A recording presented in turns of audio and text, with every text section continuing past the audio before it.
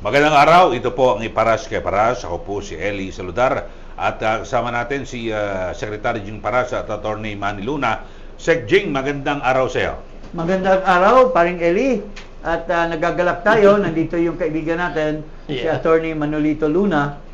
At well, of course, we can consult him on the issue of impeachment. Because alam mo, impeachment, according to the Supreme Court ruling, it's both political but also legal. Yes. No?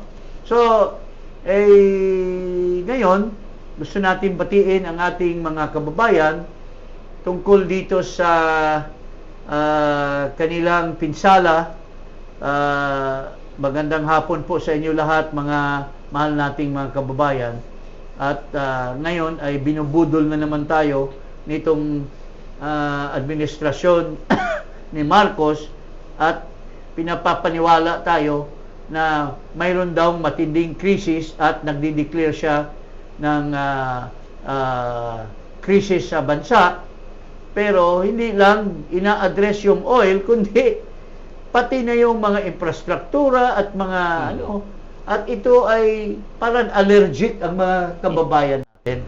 Kasi ito na naman ay prelude doon sa mga kurakot na paggagawin na naman. Baka may maleta. Baka may maleta na naman ito. Kasi parang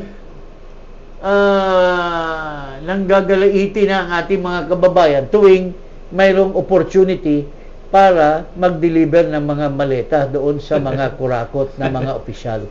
So, paring Eli... Okay, Attorney Manny, bumati ka muna. Yes, magandang araw sa ating mga OFW at kababayan at lahat ng naniniwala na we need good governance dito sa sitwasyon natin ngayon. The worst situation that we are in under Marcos. So, I'm happy to be back, Congressman Jing and my good friend Eli Saludar, dito sa inyong napakasikat na podcast. Okay, so maganda pag-usapan muna natin yung nangyari na impeachment proceedings na kung saan ang sabi ho nila mini trial. Ayun, pero I don't know kung ano talaga yung ibig sabihin nila. Ang alam ko mini skirt pero maganda siguro pag-usapan natin kasi ako nagtataka yung arrangement, pati yung seating arrangement talagang mukhang inilagay sa patibong si VP Sara na talaga aasarin tapos naglabas may dala ng mga kung anong piatos. Sec Jing, ano ang obserbasyon mo sa takbo ng hearing? Well, ang masasabi ko lang, lek-lek nyo na mga congressman or mga maleta men and women kasi hindi nyo magagamit si Vice President Sara doon sa propaganda mechanism nyo. You know, with due respect, kung kayo ay talagang mambabatas, the implication is you are supposed to be lawmakers, but now you are even considered lawbreakers.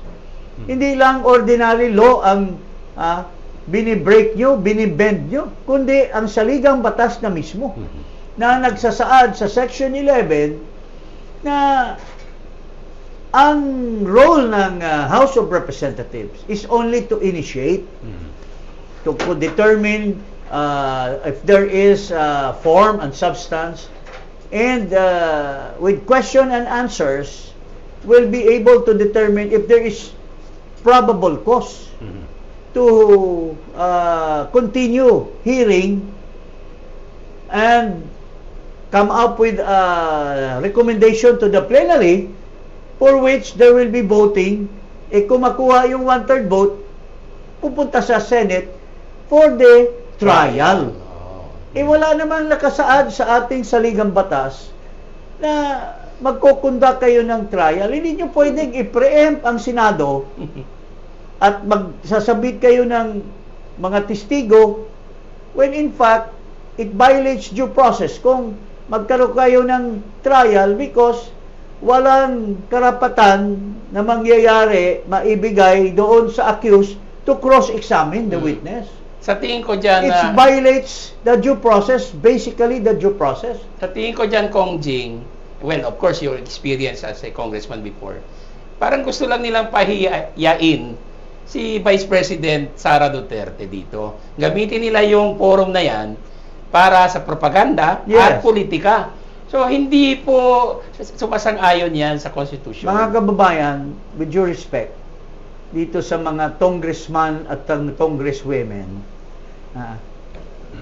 ang purpose nyo lang talaga is purely political. Wala nang legal because you already violated the rules of impeachment as well as the basis of the Constitution to conduct impeachment.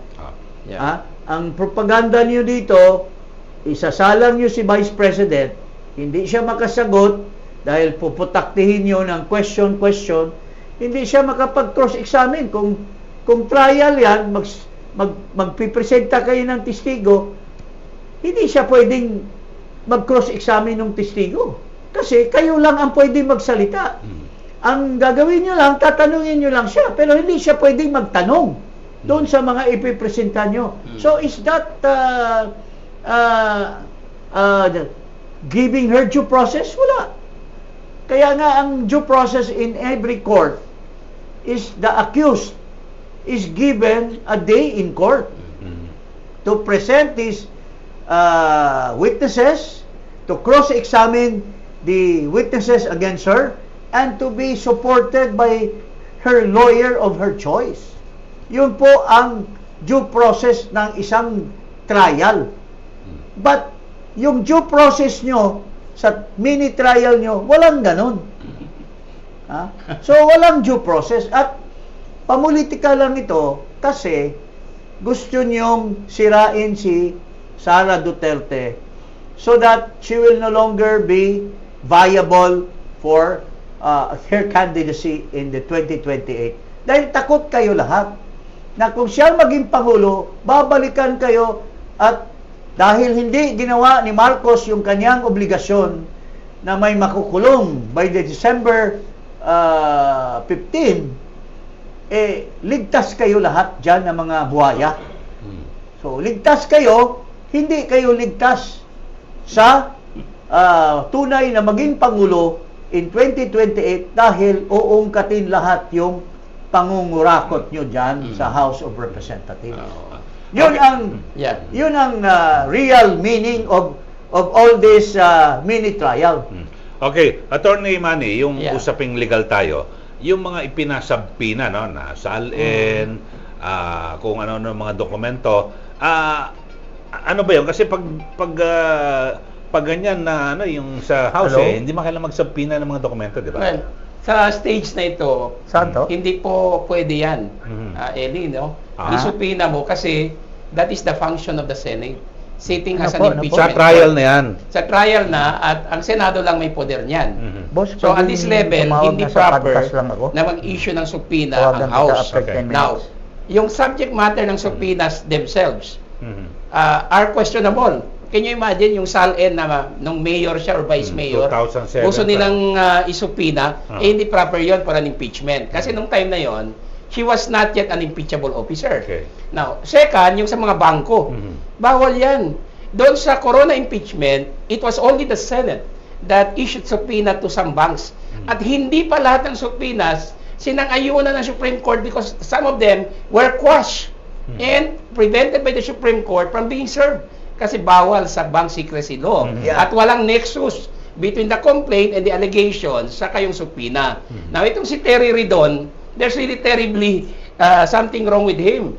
Kasi ang pangalan niyan, si Terribly Ridon. terrible nga Terribly Ridon. Parang hindi niya alam ang batas. He's a lawyer, a compañero of ours, but it seems that he forgot all the law, Eli. With all due respect. In addition to that, ganito lang po kasi yan You know, we have an existing law which is a very vital law, itong the bank secrecy law. There has been so many attempts in the past dahil sa mga issue nga ng corruption to amend or even abrogate that particular law. Pero it never reached voting or even in the committee level because it will create havoc in the banking system. Kung lahat yan ay papayagan mo na may kalaban ka lang, tapos mag-request ka at ibubulat-kat mo yung wala nang gustong magdeposito sa bangko. They'd rather put it in their kahadiyero in the house. Dahil nothing is safe if everybody can poke into your bank account. Lalo na marami kang kalaban sa mga politicians mostly, or yung mga kapitbahay mo na kalaban mo. Or sa business. Sa business. So, the Constitution as well as the existing law has protected this. Can you imagine kung papayagan ngayon ng korte hindi i-restrain itong pasabpina nila? It will open a floodgates. Kasi once you allow these stupid members of Congress to do their bidding and papayagan mong buksan yung isa, how will one stop the others and so many others? At pangalawa, tingnan mo yung sa kay ERAP, yung second envelope. Di ba? Yeah. Gusto nilang buksan yung second envelope. Tapos hindi binuksan, nag-walk out. That was the downfall of ERAP, yung walk out. So, politika yun, hindi legal. Ito naman, politika na naman, hindi legal. Gusto nilang pabuksan. You are risking the law on the bank secrecy. Why? Kasi conjecture lang. 20 million daw, naging 80 million. So, it's just a conjecture na baka sakali malaman nila doon sa account ni Sarah kung saan ang gagaling yung pera. That's so risky. Why? Because for all they know, pagbukas nila, puro legitimate, you have already opened the Pandora's box. You have destroyed the reputation. You have destroyed pati yung banking system, which is being protected. So, it's so risky to allow these politicians to mangle with an existing law that maintains the integrity, the secrecy of the banking system by just mere conjectures and political maneuver by this group of congressmen and congresswomen. Can you imagine that? And to add, Kong Jing, fishing expedition. Dahil wala naman sa complaints yung connection doon sa mga subpoena. Including yung subpoena against law firms. Bawal yan because of the client lawyer privilege. Hindi pwedeng Pero kasi ang binabanggit dahil dating official daw ng si Attorney Powa. Official ng OBP at ng DepEd. So anong kinalaman ni Powa? Powa is not the accused. It's just even called to testify. It's not even in the complaint. Powa's name was not even mentioned in any of the complaints. So how can you now make him a witness to something that is not even alleged in the complaint? Diba? It's really a true fishing expedition. And itong mga fishermen ay walang integridad. Akala ko malit na boys and girls. Itong mga fishermen na nakabili na ng mga fishing rod from their maletas, gusto mag-fishing sa dagat na walang isda. So dito, yung pangyayari yan, Yes, binabanggit mo, yung kanilang aksyon, pang trial na yun So Yes, kinukuha nila yung posisyon ng ng Senado. Senado. It's a plain usurpation of the senatorial grant by the Constitution to try and decide the case of impeachment. Saka masyadong advanced sila, parang they are putting the horse ahead of the cart. So, hindi pa nga umabot doon sa stage na yon. Gusto na nilang lahat parang i-pack together, cluster in one parang weapon, So, parang cluster bomb So, pagbigyan natin itong mga gunggong na ito. Presuming, ita-trial nyo. Now, ini-usurp niyo yung power sa Senate. Now, can you declare her guilty? Can you remove her from office based on your trial? Yes. So, it's useless because mag-trial kayo, muro-muro, sabihin nyo, guilty si Sara. Pero, Can you declare that? can you declare her guilty? Pupunta pa rin sa Senado at mapapahiya kayo, baka ma-reverse kayo sa mga pinaggagawa nyo. Yeah. Di ba kayo nakakahiya? Pati si Madriaga, patatawag din nila, di ba? Oo. Another one, a kidnapper and a conman like Bicoy. So, gusto nilang i-present. Where is the sense of justice and obedience to the Constitution? Kasi violation ng due process Alam yan. mo, Nakakatawa eh. partner, Yes. it has always been time immemorial. Even when I was in Congress, ilan ang impeachment na nadaanan ko? Oo. The impeachment of former Chief Justice Davide. The impeachment of Erap Estrada. The impeachment of GMA. Bautista. And Bautista. Yeah. Pati isa pa, yung ano, Walang ganitong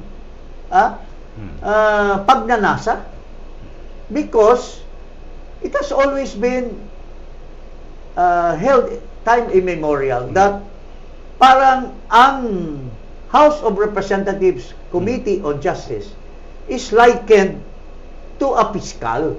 Yeah.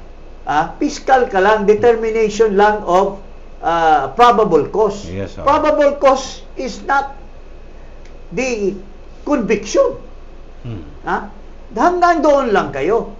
So kung mag-mini trial na kayo, if you can imagine if the fiscal handling an inquest or a preliminary investigation can summon the witnesses already doon sa fiscal's office, when in fact, ano lang yan, ang gagawin ng fiscal, titingnan lang niya yung, kaya nga pinapasubmit ng answer, para makita na niya doon sa alegasyon kung there is a probability that if he will file an information, Yes. the court will be able to, point these facts. Pero hindi pa rin enough yan. Yes. Araming beses na ang piskal ay hindi pinagbigyan ng korte dahil mali yung kanyang determination of prima facie. Saka there is prejudgment here. If you conduct a mini trial, House of Representatives, Committee on Justice, this is akin to prejudging the outcome of the case. So, kayo na po ang Senado dyan. Bawal po yun. Tapos tingnan mo itong bobo na former dean daw ito. Mahilig to. Siguro bayad itong tao na ito. Sino ba to? Ay, yung sinipa yata ito ng FEU eh.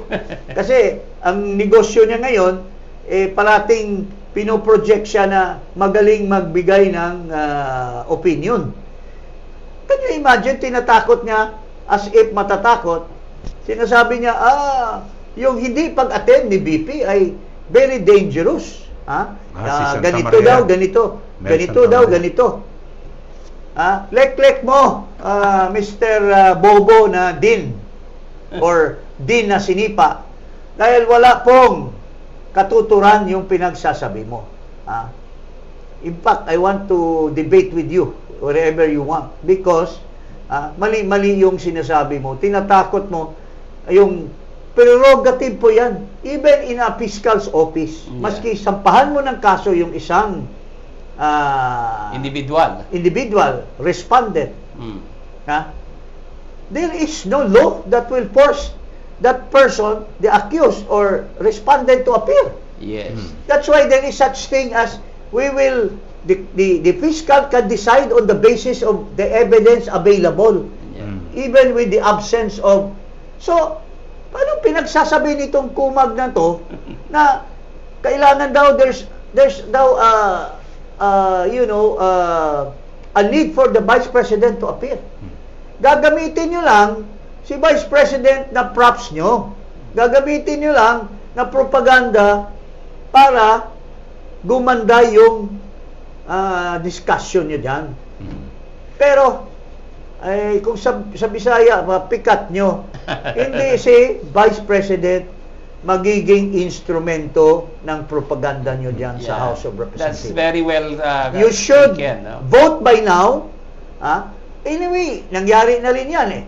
nag-one-third na kayo, inano nyo na sa Senate, kaya lang for impeachment na kasi. Ngayon, mag-one-third na kayo, presenta nyo sa Senate, tingnan natin kung hindi ba maibasura yan because you cannot get 16 votes. Yeah. Okay, I challenge you. Yeah. Panghuli natin dito No. sa isyong ito.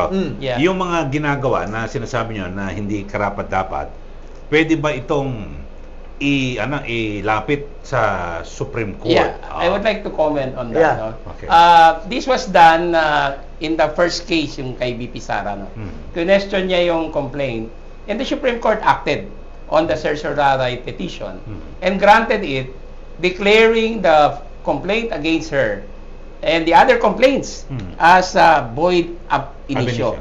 In this particular case, there is a probability, a high probability that that can also be done, and the Supreme Court will act on that because there is a clear, glaring and patent violation of the Constitution and grave abuse of discretion on the part of the House Committee on Justice. And ito ay hindi pwede because ang Constitution ang nilalabag dito, hindi ordinary laws lamang. Although, yung bang secrecy law ay pwedeng mabayoliti nila. Now, I see an excess of the powers being exercised by the House. And even an ordinary person can notice it eh. Yung mga words lang nila, yung action nila eh, klarong-klaro, Eli and Kong Jing. You have been a congressman. This is the first time that I have seen a House Committee on Justice atat na atat and parang they are really sexually drive to do some damage to the Vice President. But VP Sara is smart enough, dignified enough not to dignify yung ginagawa nilang kabulustugan. Actually, in answer to that, Yes. in furtherance of what you said, ay karapatan, hindi lamang sa isang abogado. Remember, the Vice President was voted by 30 million 32. Filipinos. 32 million Filipinos. Each one has at stake in the continuance of the Vice President to be governing in her office of the Vice President. Tayo po may karapatan bawat isa because removing her will be an act of disenfranchising every Tom, Dick, and Harry Yes. who voted for her. Correct. So, tayo po lahat may karapatan. And in fact, para sa akin, even itong mga subpoena nito can be restrained by the court for being illegal. Even itong mga pagkalap ng mga ebidensya tulad nitong lawyer-client relationship, tulad nitong violation of the bank secrecy law. These are all subject matter of being restrained by the court. Even the regional trial court itself can already possess the jurisdiction to stop this stupidity of this House of Representatives. And in fact, I have been talking already with some lawyers in deference to the illegality of these actions of the House na pwedeng mag-file na ang any individual who has at stake, who will be disenfranchised if there is an illegal removal of the Vice President. So, pwede sa RTC, pwede sa Court of Appeals, pwede sa concurrent jurisdiction nito against this stupidity of this congressman and congresswomen in the House of I Representatives. call them maletagap. Okay. No. Okay, abangan natin dahil sa April 14 meron silang hearing ulit No. Yes. sa Justice Committee at talagang hindi po nila pinapalampas Hindi ba? yung crisis. Maski break. Kahit tsaka yung crisis At saka crisis, may break na. Naka-break ang Congress. I call them House Injustice Committee. Yeah. Okay, so huwag niyo po kalimutan na mag-subscribe dito po sa Eparash kay Parash at i-click ang notification bell. Maraming salamat. Magandang araw po sa inyo. Magandang hapon.